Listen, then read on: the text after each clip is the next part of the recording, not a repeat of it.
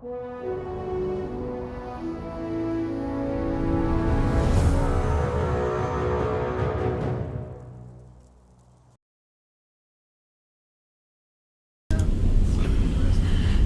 folks, hello and welcome to another Storytime with Max.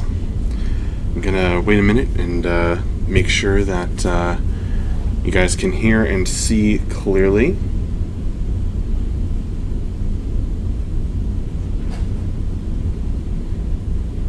Hello out there.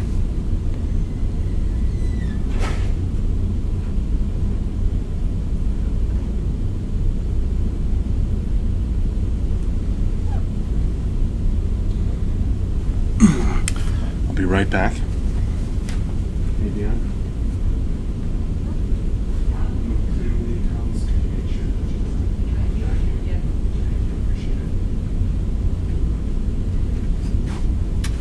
Was just asking Dion to make sure the cleaning lady doesn't start vacuuming in the middle of this.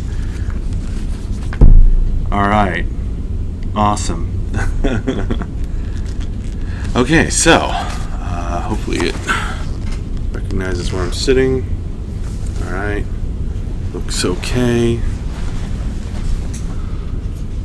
So,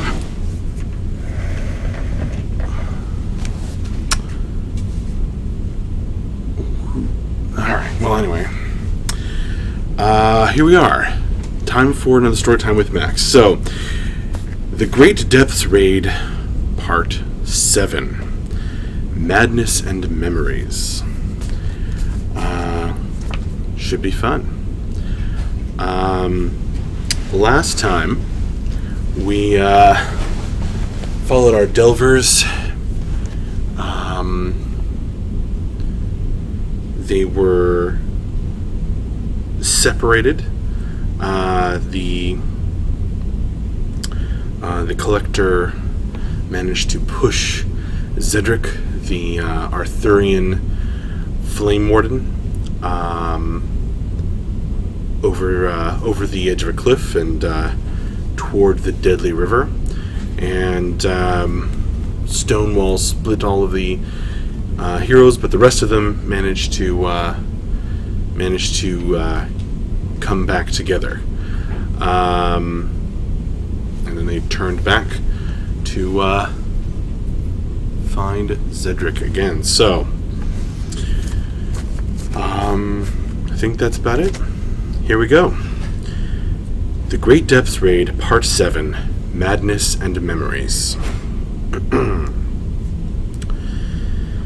The stone pathways that wound and twisted through the heavy dark of the collection room seemed to have a will of their own, a desire to lead Zedric astray. Each step he took led to confusing falls and deadly endings. The senior flame warden had little idea where he was going, and as he pulled out a torch to light his way, he wondered if he would ever see his companions again. His light bounced off the water below, making patterns on the stone walls and jutting bridges, movement without sense or logic, like an alien laughter in visual form. The reflected light shifted and flickered along with his flames, and his torch kindled bright, throwing the madding shadows all over and around him. He had to watch his step carefully and ignore his bruised and broken body and the distracting ringing in his ears, for any loss of balance would be impossible to recover from. And off the edge he'd go again, probably not lucky enough to be caught by a shifting wall this time. Sighing, Zedric reached up one hand and dragged it along the stone wall where the yellow light passed, trailing a bit of blood. His light made the shadows in the cracks between stones seem even darker. After the collector pushed him, he could only imagine that it had appeared as though he'd fallen to his death. Zedric could only hope that the delvers had not gone on without him. He could not hear the sounds of battle above any longer. Of course, it would have been difficult to hear anything at all over the roar of the river below, separated from him by the occasional crisscrossing stone bridge that had grown unexpectedly from the wall. He would have to concentrate to hear the clicking of the collector should that creature find a metal track that ran this way. He felt cold and heavy. It was hard to breathe or even move, with what he was sure must be more than one broken rib. His only chance was to find that Banshee healer, Sacrifisto, before meeting the weird master of this place again. Though the fire in his soul kept him deceptively full of energy, Zedric felt his age. At times, as the waves of pain washed over him, the senior flame warden could not help but close his eyes, clenching his teeth to keep from crying out when he stumbled. The pain was like something alive in itself, pushing him and moving him, thrumming through his body and taking control of his muscles. With the pain and the lack of air, not to mention the white noise of the water echoing all around him, he found his mind wandering occasionally, dragged to distant places and adventures. As he ran his hand along the wall, feeling the strange smoothness of the stone, the reflected light made him remember something. He'd watched light like this in a moment he'd had, long ago, a memory of an afternoon in childhood. A snake wound its way along a branch, far away in a tree in a field, golden in his memory. Its scales glinted like glass, a mirror for the sleepy sun that was soon going to rest in the distant mountains. This tree was a loner that had wandered from the crowd as the forest swept away in the other direction like ranked soldiers, their green banners waving in the wind. Standing beside him, also enjoying the shade beneath the tree, stood the smiling man that had come to Zedric's little village, full of news and tales from the big city, a merchant, selling fine wares that his mother greatly appreciated and his father yearned to purchase. With a big, friendly grin, he too watched the snake climbing along the branch. In a low voice, almost a whisper, the merchant began to speak, spinning a tale of a place below the earth, yet apart from it. Zedric could barely hear him, over the sound of the wind in the tree overhead. Above, the branches rattled and clacked against one another. A gentle wind picked up, and the creaking branches made more noise, louder and faster. Perhaps a storm was coming. Or perhaps something else. Shaking his head, Zedric blinked and looked around. He was dizzy, and the pain made it hard to think. However, if he listened, the sound of the wind in his memory was actually the rushing of the river through the depths below him, while the rattle of the tree branches was actually a rapid click-click-click sound, coming swiftly closer. It took another moment before his distracted mind shot him through with fear, and he realized what that sound meant. Limping and holding his side awkwardly, Zedric pushed himself onward, rushing around corners and over the interlaced bridges, hurling himself away from the oncoming sound with a burst of speed. His stumbling footsteps brought him to a wide stone shelf that looked almost familiar. It appeared that he had made his way across the gulf, over the river, and had found the jars again. Their weird glow poured over the stone walls and floor with a steady yellow white, cold and utterly unlike his flickering torchlight. No matter how much he blinked, Zedric's eyes refused to focus properly. He could hear his own rasping breaths, each one racking his body with agony. Stumbling, his hand out in front of his face, the Flame Warden's vision blurred as he rushed on. The walls swam, and he could barely make out the labels on the jars that he passed. Delver's clothing stood next to Delver's bones, and Zedric brushed by, trying to listen for his pursuer over his own painful breathing. He never saw the crack in the stone floor until his foot slammed into it. Falling heavily, His arm crashed into something smooth and hard, bumping it off its stand. The large jar crashed to the floor and shattered. Shards of glass flew into the air, spinning and tumbling in the white light. And, as when he had been pushed, Zedric felt as though time was slowing. He could see a shard of thick glass turning, glinting in the light, before it bounced away and dropped out of sight over the edge to join the rushing river below, reflecting the light of 1,000 stars. He barely had time to glimpse the label of the jar he'd broken. Crumbling and peeling off the gray stone. Delver's memories. Then, as Zedric's head hit the floor, splashing in the jar's contents, his world became exploding stars and the rush of white sound for a long moment. However, he stayed conscious, and he began to see things. Past lives seemed to stretch before him, laid out and divided into pieces, discrete chunks of images and thoughts, once experienced, feelings and discoveries. Zedric felt the strangest sensation of rummaging, of examination, a cold, prurient desire to take only the best, most interesting memories coursed through his consciousness as he opened and examined them, like peeling pieces of a sliced fruit. A bright spring day, with a remembrance of winter's chill in the air, and he was going to see his grandmother in the high mountains. He carried a basket and a walking stick, given to him by his father. Though Zedric knew his hair was short, he felt as though long tresses of hair hung down his back, fluttering in the wind like the leaves all around. There were ribbons waving as well, woven in by his mother's gentle hands. She had bought them from a talkative merchant who had paid many compliments to the good wife's quiet daughter. With her quick thinking and sharp insight, he'd flattered her. She might one day be worthy of the greatest adventures.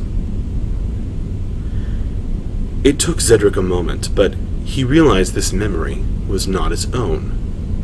This was something the collector had taken from some poor delver that had met a nasty end here long ago.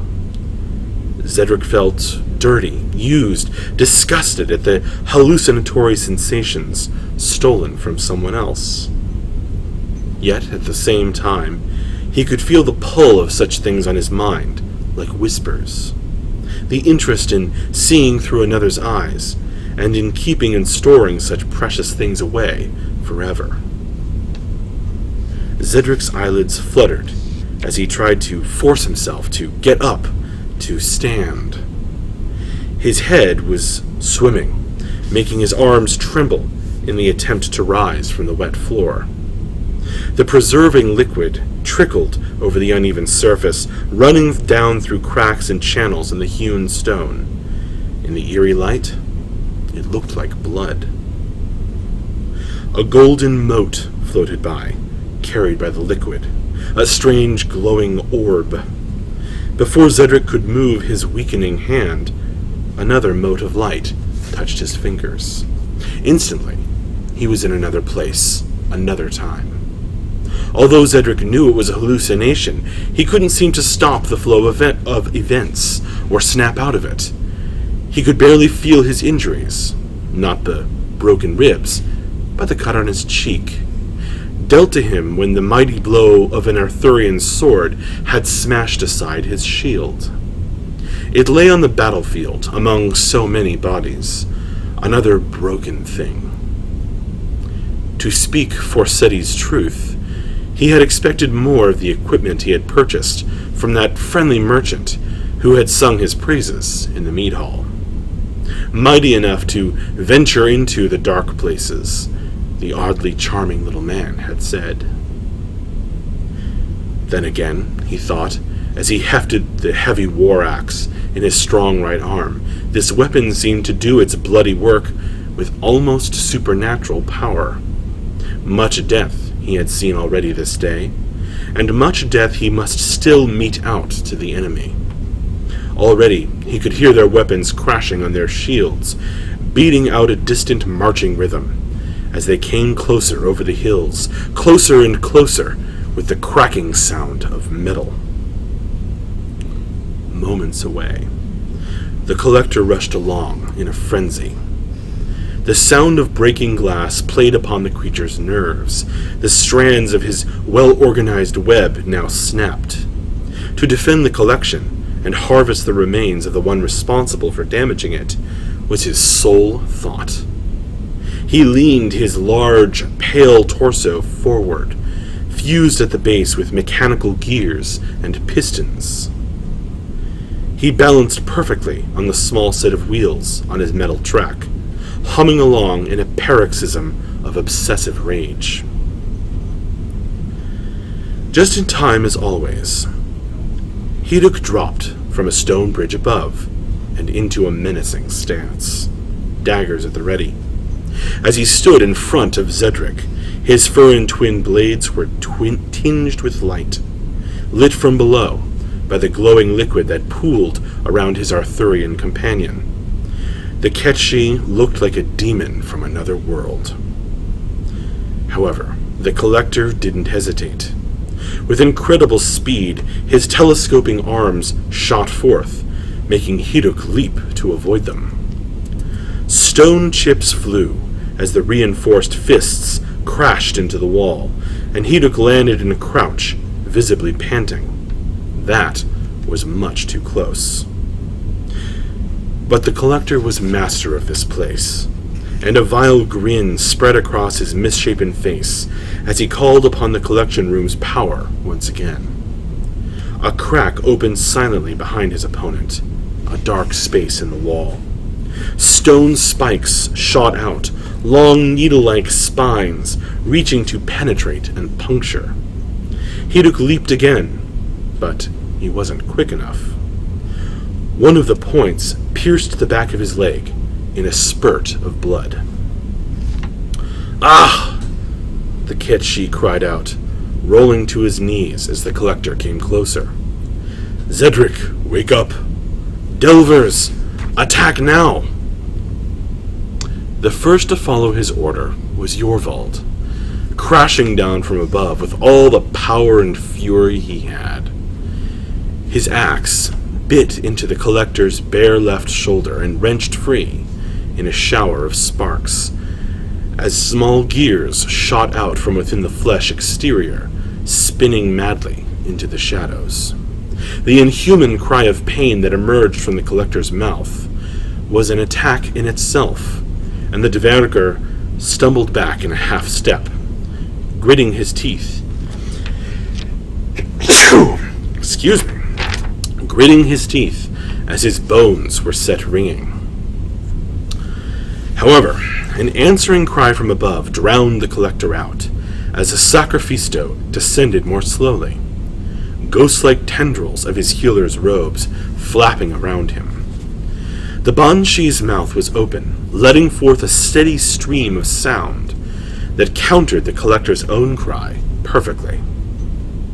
Modulating his dire scream to do so took most of Sacrifisto's concentration, but the healer's eyes widened as he saw Zedric collapsed and Hiduk's leg spurting blood. Fogya and Donnie leaped together, the giant's hammer gaining incredible power on its downswing, somehow hitting harder through the Lucherpan's magic. Donnie, for his part, rattled and clanked in his finery as he hit the ground and rolled, a mad grin on his face.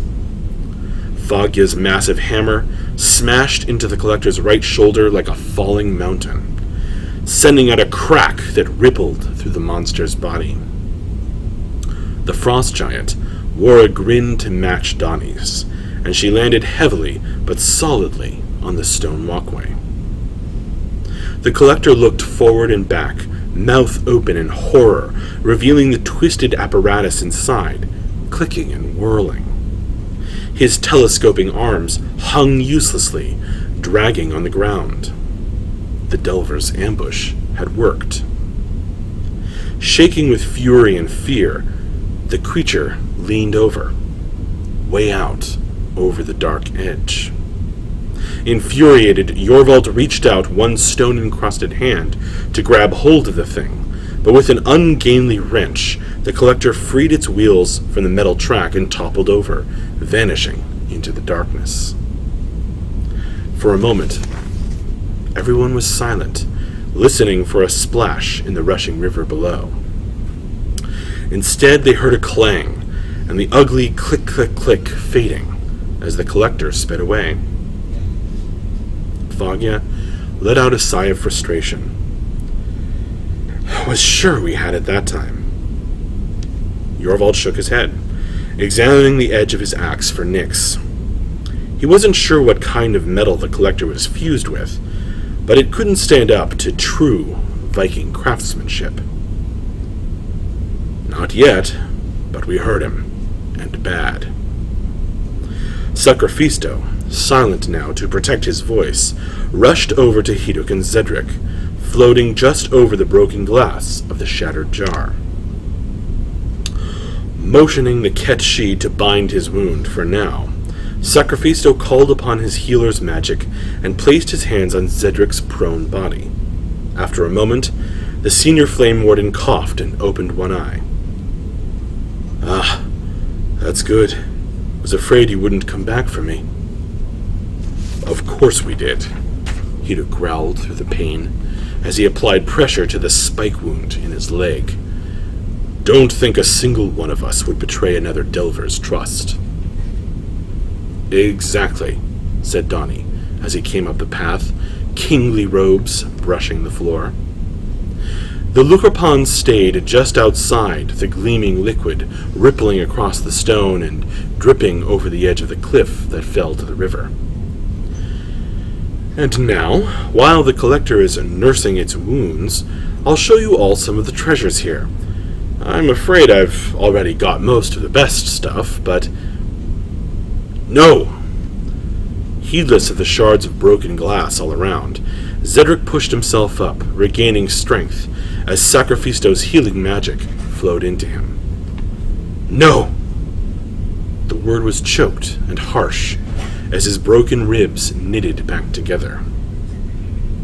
The other Delvers stared at the human as he gasped for breath. Yorvald thought of the precious stones that might be here, waiting for him to add to his own. Fogya thought of the mysteries that she could bring back, the secrets of the collection. As both the Vikings opened their mouths to argue, Zedric cut them off with a wave of his hand, trailing fire with a decisive crackle. We leave now. This jar, it held memories. I know why we're here. We need to get out. Hiduk wrinkled his furry brow, confused. Out of the collection room? With as much blood as we've shed, we might as well take what we can. No.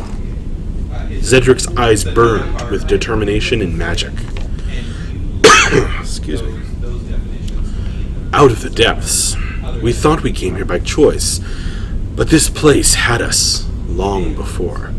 Tell me, the fellow Delvers, think back. Think back to the first time you heard of the depths. Do you remember a merchant? As he finished speaking the last word, a whispering echo of his voice bounced off of the stone walkways.